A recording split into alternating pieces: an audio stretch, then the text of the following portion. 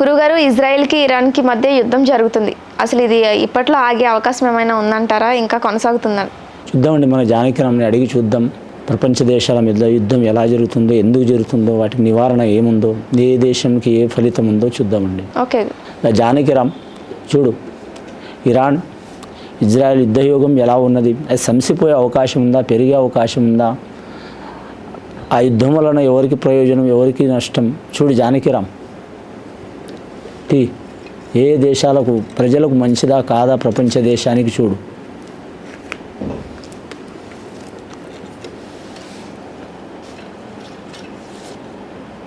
ముఖ్యంగా సరస్వతి దేవత వచ్చిందండి, శ్రీకృష్ణుడు వచ్చిండు, కాళికా శక్తి వచ్చింది. కాళికా శక్తి వచ్చిందంటే మాత్రం యుద్ధం మాత్రం చాలా బీభత్సంగా జరిగే అవకాశాలు ఉన్నాయండి.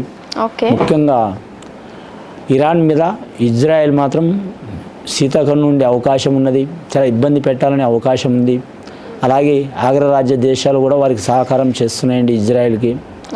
అని ఇరాన్ దేశానికి కూడా మాత్రం కొన్ని పశ్చిమ ఆసియా దేశాలు సహకారం చేస్తాయండి. ఆ యుద్ధం పెరిగే అవకాశం ఉంది, కానీ మాత్రం పూర్తి రోజులు అయితే ఉండవండి. ముఖ్యంగా వారి జాతకంలో చూడాలంటే మాత్రం ఇప్పుడు ప్రపంచ దేశాల మీద ఈ ఒక్క దేశమే కాదండి, ఇరాన్ అని ఇజ్రాయెల్ అని ఈ రెండు దేశాలే కాదండి, ప్రపంచ దేశాల మీద మాత్రం అరిష్టం నడుస్తుంది. అరిష్టం నడుస్తున్నందువలన కనీసం కొన్ని వందల దేశాలు ఉన్నాయి మన భూమి మీద. అవి ఐరోపా ఖండంలో కావచ్చు, ఆసియా ఖండంలో కావచ్చు, ఎక్కడో కాడ ఇలా ఖచ్చితంగా యుద్ధాలు జరుగుతూనే ఉంటాయి, గొడవలు జరుగుతూనే ఉంటాయి, కలహాలు జరుగుతూనే ఉంటాయి, కలికాలం కాబట్టి. ముఖ్యంగా మాత్రం యుద్ధం మాత్రం నివారణ అయ్యే అవకాశం ఉంది, ఆగే అవకాశం ఉంది, కానీ టైం పడుతుందండి. దానికి మాత్రం ఆ దేశాలకు ఈ దేశాలకు మాత్రం శాంతి ఒప్పందం మీద కింద ఆగే అవకాశం ఉంది. అలాగే మాత్రం జ్యోతిష బలంగా చూడాలంటే మాత్రం ముఖ్యంగా ఇరాన్ వారికి మాత్రం కొన్ని 5-6 దేశాలు సహకారం చేసే అవకాశం ఉంది. ముఖ్యంగా ఇజ్రాయెల్ దేశానికి మాత్రం పెద్దన లెక్క ఉండే ట్రంప్ గారి ఒంటిపోకడ ధోరణి చాలా ఉందండి వారి పేరు మీద. అని రెచ్చగొట్టే యోగ బలం ఉంది. కానీ ఇలా యుద్ధాలు జరగడం వల్ల మాత్రం ప్రజలకు కీడే అవుతుంది, కానీ మేలైతే కాదు.